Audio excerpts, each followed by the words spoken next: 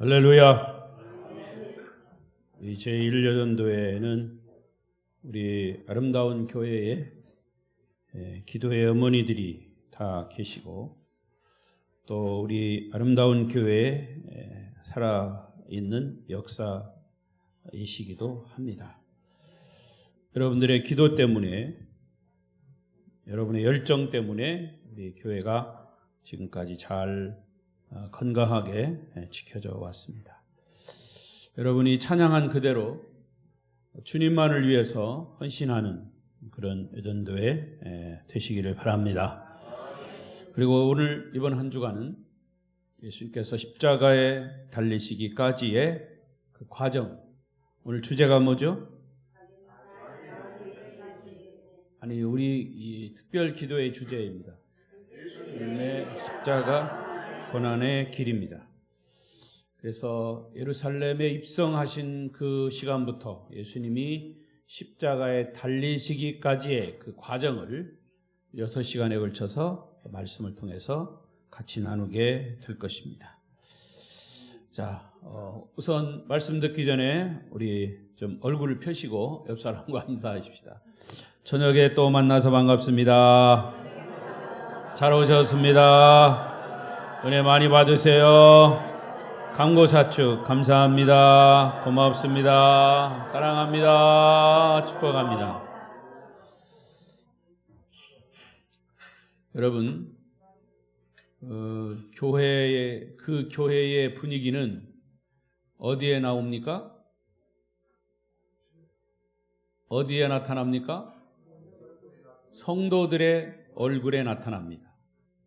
그 교회의 성도들을 보면 이 교회는 참 즐겁고 행복한 거구나. 아니면 어느 교회 가면 정말 신자들이 굉장히 엄숙합니다. 엄숙하다 못해 전부 인상을 쓰고 다녀요. 그러면 그 교회의 분위기를 알 수가 있습니다. 교회는 예수님 때문에 행복해야 되고 복음 때문에 즐거워야 되고 그리고 성령의 은혜 때문에 감격해야 됩니다. 그것이 성도들의 얼굴에, 성도들의 삶에, 성도들의 말 속에서 드러나는 것입니다. 우리 아름다운 교회는 이름이 얼마나 아름다운지 몰라요. 이름에 걸맞게 예수님 때문에 아름다운 그런 삶을 사시기를 바랍니다. 오늘 저녁 제1여전도 헌신예배를 드리고 고난주간 특별 기도회를 시작하는 첫날입니다. 특히 고난주간에 주님의 은혜가 이 예배에 참여하는 여러분 모두에게 임하시기를 축복합니다.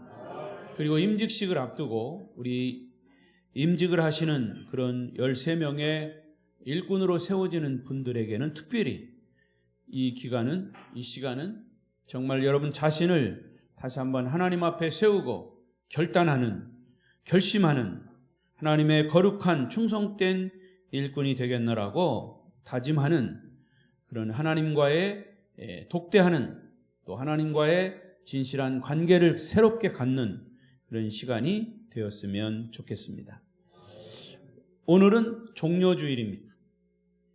종료주일의 의미는 2000년 전에 예수님이 종려나무 가지를 흔드는 예루살렘 시민들의 환영을 받으면서 평화의 왕으로 구원의 메시아로 예루살렘에 입성하신 것을 기념하는 주일이 종려주일입니다. 그런데 그 내면에는 예수님이 예루살렘에 입성하는 이유는 십자가를 지시기 위함입니다. 사실은 고난의 길이에요.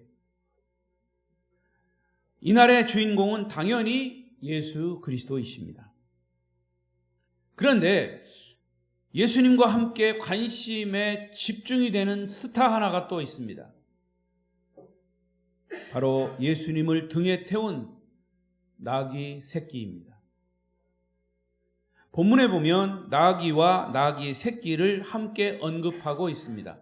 여기서 앞에 적힌 나귀는 어미 나귀죠. 그리고 뒤에 나오는 새끼는 그야말로 나귀 새끼입니다. 그런데 예수님께서 어미 나귀를 타지 않고 새끼 나귀를, 어린 나귀를 타셨다는 것에 이목이 집중됩니다. 본래 과거에 전쟁에서 승리한 장군이나 그 나라를 방문하는 제국의 황제들은 백마를 탑니다. 혹은 아주 검은 흑마를 타고 도시에 입성을 하곤 했습니다. 그러나 인류의 메시아로 예언된 예수님은 나귀, 그것도 새끼 나귀를 타고 입성하셨습니다. 이런 광경은 그 당시에는 매우 아주 진귀한 구경거리였습니다. 인류가 지금까지 경험한 지도자와는 전혀 다른 이미지의 지도자로 보여지는 것이죠. 예수님을 등에 태운 어린 나귀는 자신의 생애의 최고의 날이었을 겁니다. 물론 말 못하는 짐승입니다. 그러나 귀한 메시아를 태우고 들어오며 군중들의 환호와 괄체를 받았으니 말입니다. 물론 예수님에게 환호를 보내지만 거기는 함께 예수님을 등에 태운 나귀도 나귀의 입장에서 보면 환호와 환영을 받는 입장입니다. 여기에 귀한 영적인 의미가 있습니다. 말 못하는 짐승이라도 태어나서 정말 처음으로 누리는 감격과 더불어 어린 나귀는 자신이 진정 쓰임받는 그런 감동을 느끼지 않았을까, 이렇게 생각을 해봅니다. 자, 예수님이 나귀를 타고 출발하신 장소는 어디라고 그랬습니까?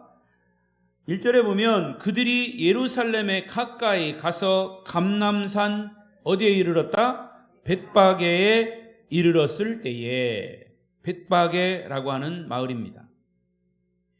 예루살렘 동쪽에서 시내로 돌아오면 약 3km 떨어진 베다니에서 감람산 남쪽 정상에 위치한 마을, 거기가 벳바게입니다. 내년에 우리 성지순례가 가는 그 성지순례 팀도 바로 이 벳바게를 가볼 것입니다. 이 벳바게를 지나서 감람산으로 넘어가야 합니다. 벳바게라고 하는 이름은 덜 익은 무화과의 집이라는 뜻입니다. 덜 익은 무화과의 집, 덜 익은 무화과의 집, 알듯한 이름 아닙니까? 덜 익은 무화과의 집. 바로 이곳에서 예수님이 열매 맺지 못하는 무화과 나무를 저주한 일에서 유래된 지명입니다. 덜 익은 무화과의 집, 벳바게. 지금은 그곳에 예수님이 종료주일에 입성하신 것을 기념해서 벳바게 교회가 세워져 있습니다. 자, 사진을 보겠습니다. 이게 벳바게 교회입니다. 본래 12세기 십자군 시대에 교회 터위에 1883년 프란시스칸 교회에서 세운 그 교회가 바로 벳바게 교회, 지금 화면에 보시는 바로 이 교회입니다. 자, 교회 내부를 보시죠. 이 내부에 저 전면에 자세히 보시면 교회당 내부 전면에는 예수님이 나귀 새끼를 타고 입성하시는 이겁니다. 이 교회 전면에 저 그림이 그려져 있습니다. 예수님이 나귀 새끼를 타고 입성하시는 성화가 그려져 있습니다. 해마다 종료주일이 되면 이 교회에서 출발해서 감람산을 넘어서 예루살렘으로 입성하는 그런 행렬이 다시 재현되고 있습니다. 아마도 이스라엘은요, 우리나라와 약 7시간 차이 납니다. 우리가 동쪽이기 때문에, 대한민국이 동쪽이기 때문에 7시간이 빨라요. 그래서 거기는 7시간이 늦습니다. 자, 지금 8시니까 오후 1시 정도 될 겁니다. 그러면 종료주일에 바로 이 행사가 일어나는 거예요. 이 벳바게 교회에서 이제 예루살렘으로, 감람산을 넘어서 예루살렘으로 입성하는 그런 행렬이 재현되는 것입니다. 그러니까 축제 행사를 벌이는 거죠. 예수님이 하셨던 그대로의 모습을 재현하는 겁니다. 자, 그러면 이 종료주일에 예수님 아닌 또 다른 나귀 새끼, 어린 나귀가 겪은 이런 위대한 체험의 교훈이 있습니다. 그것을 영적으로 생각하면 바로 저와 여러분이 될 수 있습니다. 우리는 예수를 믿는 사람으로, 예수를 섬기는 사람으로, 예수를 평생 섬기면서 예수님을 등에 태우고 예수님의 품에 안고 예수님과 동행하는 우리의 삶이 될 것입니다. 그것을 전제로 해서 이 말씀을 한번 보십시다. 죄송한 얘기지만 여러분이 이 말씀 속에 들어가려면 나귀가 되는 겁니다. 새끼 나귀가 되는 겁니다. 기분 나쁘세요? 그런데 보세요. 예수님은 예루살렘에 입성하실 때 이 어린 나귀 새끼를 선택하셨다라고 하는 사실에 주목하십시오. 세상에 그 많은 나귀 중에 하필이면 그때 예수님 당시에 그 어린 나귀가 메시아의 예루살렘 입성을 위해 선택되었다고 하는 것은 그 나귀에게는 특권이었고 감격이었을 것입니다. 아마 애미 나귀가 있고 새끼가 나귀가 있다면 아마 혹시 어미 나귀는 내가 선택될 것이다 라고 생각했을지도 모릅니다. 그러나 그 어미 나귀 아닌 새끼 나귀를 예수님이 선택하셨다라고 하는 사실이. 더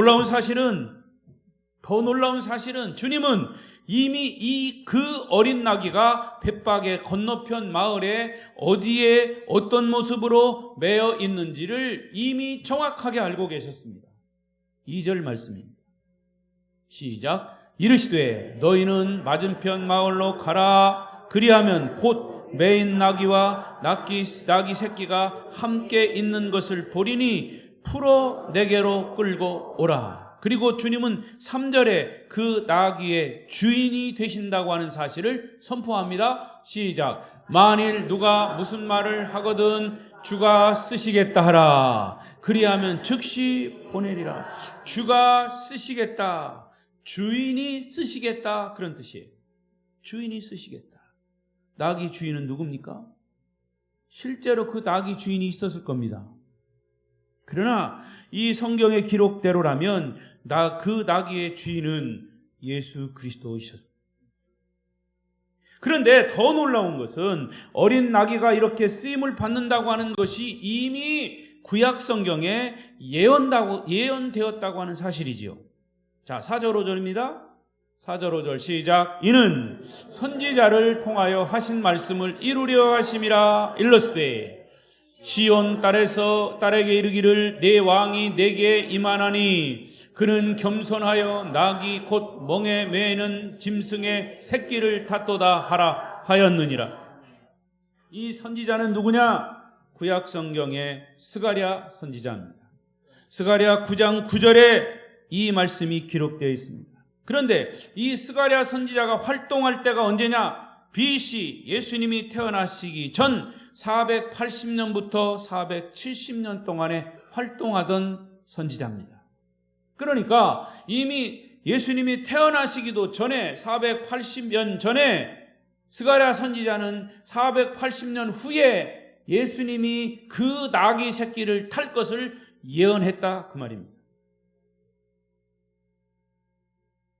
너무 놀라워서 아멘도 안 나오죠? 할렐루야! 놀라운 일이에요. 여러분, 이렇게 나귀 새끼 한 마리도 쓰임받을 계획으로 하나님 앞에서 예정되고 선택되어 태어났다면 여러분에게 적용해 보십시오. 저와 여러분도 이 세상에 사람으로 태어날 때 정말 다행이죠. 짐승으로 태어나지 않는. 짐승으로 태어나지 않고 사람으로 태어날 때 의미 없이 태어나지 않았을 것이라고 여러분 생각되지 않습니까? 그렇게 생각되십니까? 여러분이 사람으로 태어날 때 정말 하나님이 나를 이 땅에 왜 보내셨는가? 왜 이곳에 태어나게 하셨고 우리 아름다운 공동체 속에서 하나님의 백성으로 믿음을 가지고 살아가게 하셨을까? 그러나 이 세상의 대부분의 사람들은 인생 삶의 어떤 목적도 의미도 없이 우연히 태어난 것이라고 그렇게 믿고 산다는 것이 불행한 일이 아닐 수가 없습니다. 제가 어릴 때 주일학교에서 배운 노래를 자주 불러요. 설교 때 기회만 있으면 부릅니다. 술 마시고 장구 치고 죄만 짓다가 오늘 밤에 죽으면 어찌하리요. 유황불이 펄펄 끓는 지옥으로 이를 갈며 슬피 울며 끌려가겠네. 나오라 예수 앞으로 천당의 영생복 너에게 주리니 예수 믿으호. 2절 소와 말과 개와 같은 짐승들도 자기 집과 제주인을 알건만은 어찌하여 우리 인생 예수 모르나.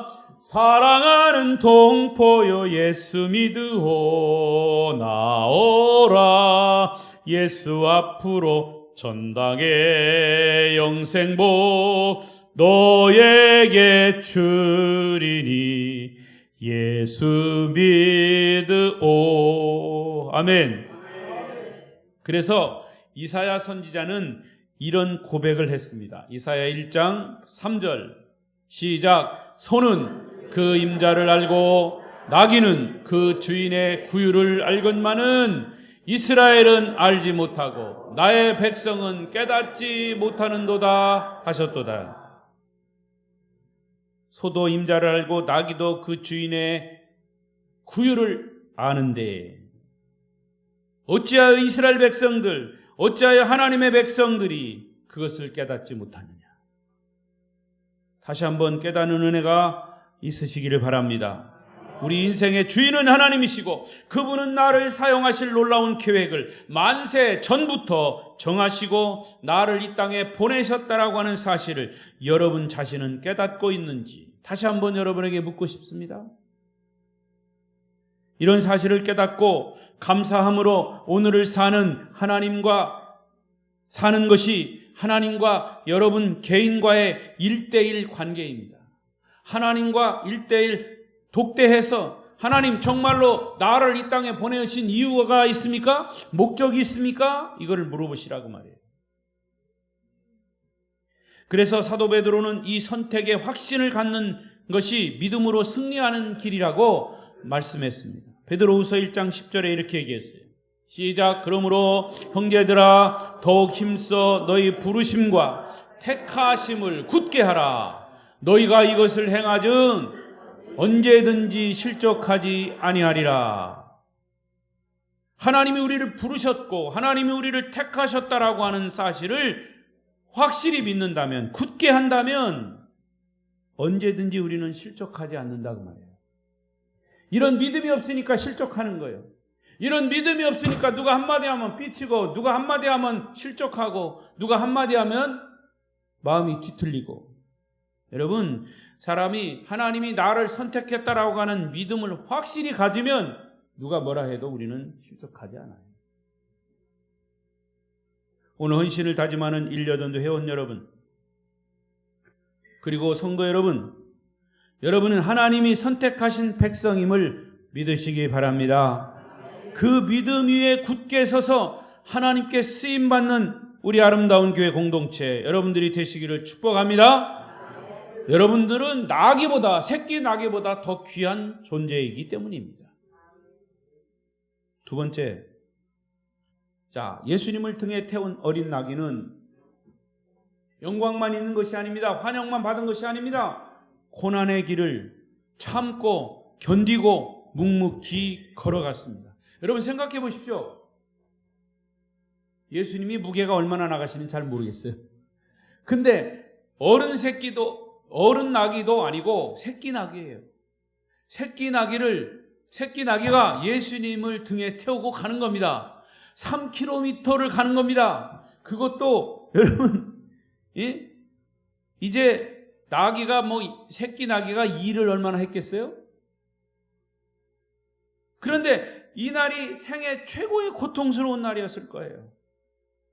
예수님을 등에 태우고 3km 이상을 걸어간 거예요. 해마다 종료주일이면 많은 그리스도인들이 이 길을 걷습니다. 벳바게에서 예루살렘 시내까지 비탈길이 있고 언덕길이 있고 내리막길이 있습니다. 실제로 가보면요, 고바위는 아니지만 올라가는 길이 있고 내려가는 길이 있고 또 올라가기 비탈길이 있고. 그런데 이 나귀 새끼가 이 길을 예수님을 등에 태운 채 중도에 포기하지 않고 끙끙 참아가면서 인내하면서 걸어가는 것은 참으로 고통스러운 일이 아닐 수가 없어요. 그러나 신통한 일이에요. 여러분, 이런 광경을 서두에도 말씀드렸지만 여러분에게 적용시켜 보십시오. 하나님의 은혜로 선택된 수많은 성도들은 이 믿음의 길을 가다가 넘어지고 쓰러지고 세상 밖으로 벗어나는 경우가 얼마나 많습니까? 믿음의 과정이라고 하는 것은 하나님이 우리를 사용하시기 위해서 훈련하는 과정입니다. 아마 이 새끼 나귀도 지금 훈련 과정일 거예요. 그래서 그런 연단을 잘 받아야 믿음으로 견고히 설 수 있습니다. 나귀는요, 특징상 매우 이중적인 이미지를 갖는 동물로 비춰져 있습니다. 처음 인상은, 나귀 인상은 아주 고집이 세고 미련한 이미지예요. 그러나 일단 훈련이 되면 매우 충직한 지혜로운 동물로 간주됩니다. 그래서 여러분이 잘 아시는 대로 지난 시절에는 사람들의 이 나귀는 교통수단으로 많이 이용이 됐습니다. 오늘 제가 부르는 노래가 자주 나오네. 제가 어릴 때 어린아이들, 여자아이들이 고무줄 놀이 할 때 이런 동요를 자주 불렀죠. 아버지는 나귀 타고 장에 가시고 할머니는 건너 마을 아저씨 댁에 고추 먹고 맴맴 담배 먹고 맴맴. 아버지는 어디 갔다고요? 장에 갔어요. 뭐 타고? 나귀 타고. 교통수단이에요. 자, 여기 그림이 나오는데요. 이 그림은 조선 중기에 문인 화가로 알려져 있는 김씨라는 사람의 작품에 나귀가 나온 이 그림이 동자 견려도입니다. 동자가 나귀를 끌고 가는 그림이다, 그런 얘기. 자, 조금 더 보세요. 이 하얀 옷을 입은 동자가 나귀를 맨 줄을 잡아당기면서 개울을 건너게 하려고 용을 쓰는 그림이 아주 섬세하게 표현되어 있습니다. 자, 이 그림을 볼 때 나귀를 잘 보시면 네 다리에 힘을 잔뜩 준 채로 엉덩이를 뒤로 빼고 움직이려고 하지는 않은, 쉽게 말해서 그 언덕을 개울을 건너지 않으려고 하는 그런 고집을 부리고 있는 그림이에요. 나귀에게 이런 고집이 있다는 것을 잘 표현한 그림입니다. 그래서요, 이 나귀 주인들은 이 나귀의 고집을 꺾기 위해서 나귀를 딱 소유하면 그 나귀의 고집을 꺾기 위한 훈련부터 한다고 합니다. 그래서 계속 훈련을 시켜서 나귀가 주인의 말에 잘 순종하도록 훈련을 시킨다는 거죠. 자, 마찬가지로 우리 역시, 저와 여러분 역시 주님의 일꾼으로 쓰임받기에 합당하도록 우리의 고집을 꺾는 훈련을 받아야 합니다. 받았습니까? 지금 받고 있는 거예요. 그런데 그 훈련은요, 아픔입니다. 이 훈련은 고난입니다. 이 훈련은 고통입니다. 여러분, 군인이요, 여기 휴가 온 군인이 있습니다만은 군인은 장정이 세상에서 자유롭게 활동하다가 딱 군대에 딱 들어가면 일단은 옷을 다 벗어요. 사회 옷을 다 벗어요. 훈련복으로 딱 입히면 머리도 다 깎아요. 그래서 아마 저기 박모자 쓴 것 같아요. 예? 그리고서 이제 군인 훈련을 받는 거예요. 제식 훈련부터 시작해서. 그래서 한 2, 3주 딱 훈련을 받으면 이제 군인화 되는 겁니다. 그런데 그 훈련의 기간 동안 얼마나 강제로 아침에 일찍 일어나야 돼요. 시간 되면 훈련 받아야 되고요. 또 식사 시간이면 또 맞춰서 식사해야 되고요. 자유가 없습니다. 그 훈련의 스케줄에 맞춰서 딱 훈련을 받아요. 잘 때도 자고 싶을 때 자는 게 아니에요. 자기 싫어도 자야 돼요. 또 자다가 보면 중간에 보초 쓰려고 일어나야 돼요. 보초. 이런 계획에 따라서 다. 그런데 그게요, 고난이고 아픔이고 정말 자유롭게 활동하다가 그렇게 딱 제약된 부대 안에 들어가면 그게 고통입니다. 우리는 영적 훈련을 받으면서 스스로의 고집을 꺾고 주인 되신 주님의 손길에 우리의 인생을 맡길 수 있어야 합니다. 그러면 마침내 주님이 우리의 인생길을 가장 좋은 길로, 선한 길로, 주인이 기뻐하시는 길로 인도하실 줄로 믿습니다. 따라서 주님을 모시고 사는 인생은 고난과 아픔이 면제되지 않습니다. 훈련이 있어야 돼요. 그래서 주님도 우리에게 이런 말씀을 하셨죠. 요한복음 16장 33절 시작 이것을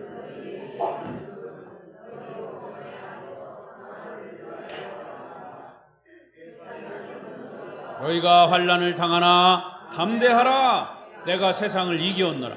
여기 우리가 잘 아는 말씀이죠. 세상에서는 너희가 환난이 면제됐다 그렇게 얘기 안 했어요. 너희가 세상에서 환난을 당한다 그래요.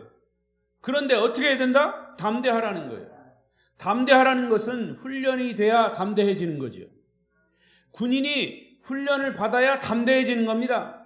총을 쏘는 훈련도 하고 막 박박 기는 훈련도 하고 훈련을 해야 용기와 담대함이 생기는 거예요.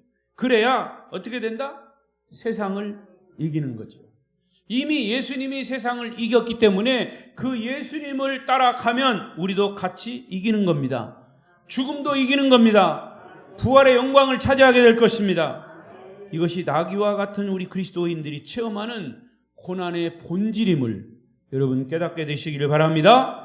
마지막 세 번째, 그러면 어린 나귀는 이 고난의 길만 걸었느냐? 아닙니다. 고난의 길을 넘어 예루살렘 입성이라고 하는 영광을 마지막으로 경험하게 됩니다. 그 나귀 새끼는 고난의 길만 걸은 게 아니라니까요. 그 고난과 아픔 너머에 예수님을 등에 태운 것 때문에 영광의 환영을 받는 그런 체험을 하게 돼요. 예수님이 예루살렘에 가까이 오자 사람들은 자기들이 입고 있던 옷을 벗었습니다. 종려나무를 나뭇가지를 꺾어서 길에 펴고 환영의 노래를 부르기 시작합니다.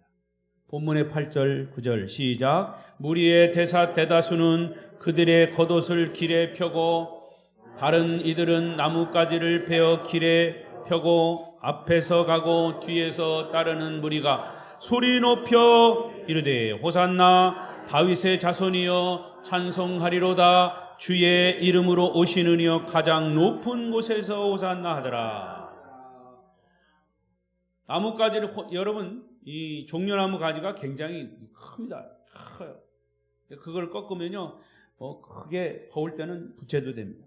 왕 앞에서 부채질하는 부채도 돼. 그거를 막 많은 사람들이 꺾어서 자기의 옷을 벗어서. 그러면 지금 나귀는 어디를 걷고 있는 겁니까? 사람들이 깔아놓은 옷 위를 걷고 있고요. 나뭇가지 위를 걷고 있고 그 나뭇가지를 막 흔들고 환영하는 겁니다. 우리가 평생 어린 나귀처럼 예수님을 모시고 살면 예수님의 고난이 우리의 고난도 되지만 예수님의 영광 또한 여러분의 영광이 될 줄로 믿습니다. 사람들이 호산나 구원의 주님을 찬양하고 다윗의 자손으로 오시는 평화의 왕을 높이는 축제지만 어린 나귀는 덩달아 큰 보람과 긍지를 느꼈을 것입니다. 이게 바로 우리들의 모습이에요. 예수님을 모시고 사는 우리의 모습이라 그 말이에요. 이 광경은 장차 우리가 완성된 천국에 입성할 때 일어날 일들을 미리 리허설하는 겁니다. 예행 연습을 하는 장면입니다. 이 예행 연습 장면이 요한계시록에 기록되어 있습니다.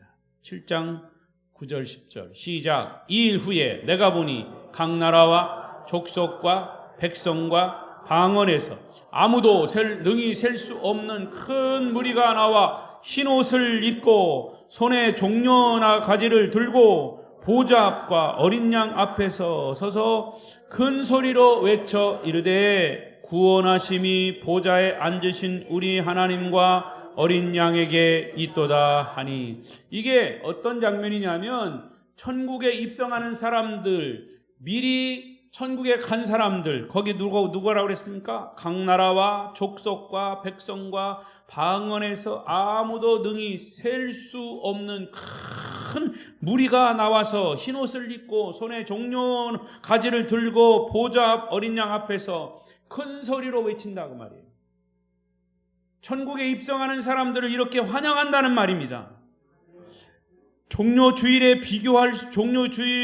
예루살렘 입성에서 예수님을 환영하는 그것과 비교할 수 없는 엄청난 규모의 환영 축제 행사가 펼쳐질 것이다. 모든 나라와 족속과 백성들 중에 예수님을 자기 인생 삶의 주인으로 모시고 살았던 모든 사람들이, 먼저 간 사람들이 나와서 종려가지를 흔들고 호산나 호산나를 외치며 우리를 구원하신 주님을 함께 찬양하게 될 것이다. 그런데 이렇게 훗날 그 영광의 축제에 당당하게 참여하기 위해서 아직도 우리가 목숨이 붙어 있으니까, 아름다운 교회 공동체로 있으니까 아직 할 일이 남은 겁니다. 그날 영광의 자리에 서기에 부끄럽지 않도록 우리가 감당해야 할 십자가의 고난과 사명의 성취를 위해서 우리가 걸어가야 할 길이 아직도 남아 있다 그 말이에요. 그래서 사도 바울은 이렇게 고백했습니다.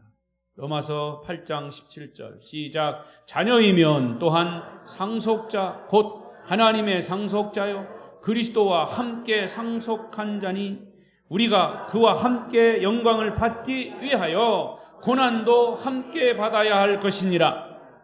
18절 생각하건대 현재의 고난은 장차 우리에게 나타날 영광과 비교할 수 없도다. 그러니까 지금 우리가 고난에 동참하는 겁니다. 굳이 이렇게 예수님의 십자가 지신 이 고난 주간에 우리가 함께 나와서 예수님의 십자가의 고난을 묵상하면서 이런 시간을 갖는 것은 주님과 함께 남아 고난을 받는 이러한 일을 함께 한다 그래요.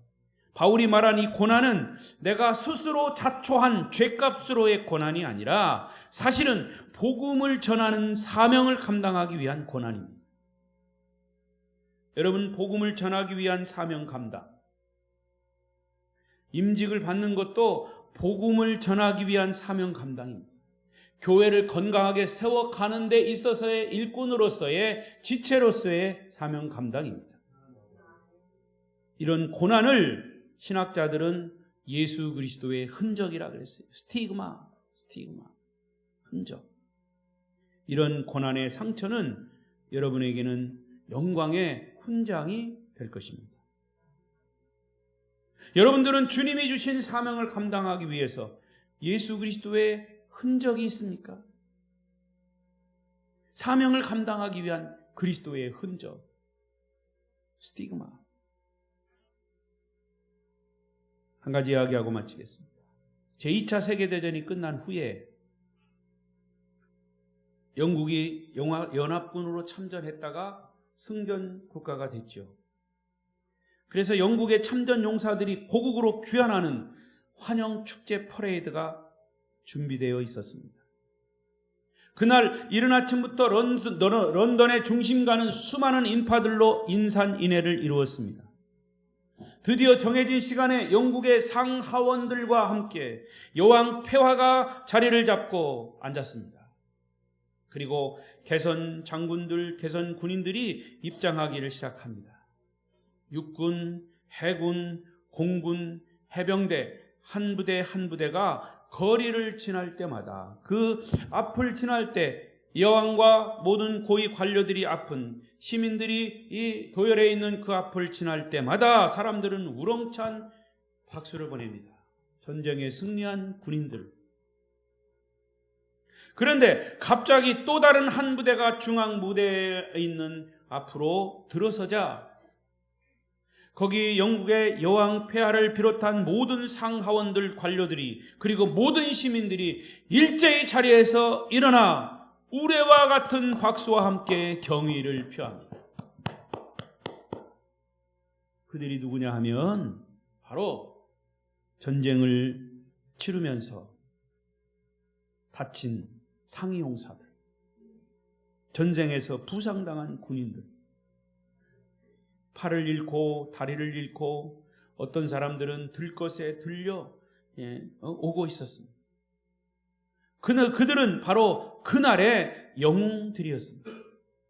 그들의 그 상처는 곧 그들의 훈장이었습니다. 나라를 위해 몸을 던져 전쟁을 치렀고 나라를 구하기 위한 스티그마, 흔적을 지닌 영웅들이었습니다. 말씀을 맺겠습니다.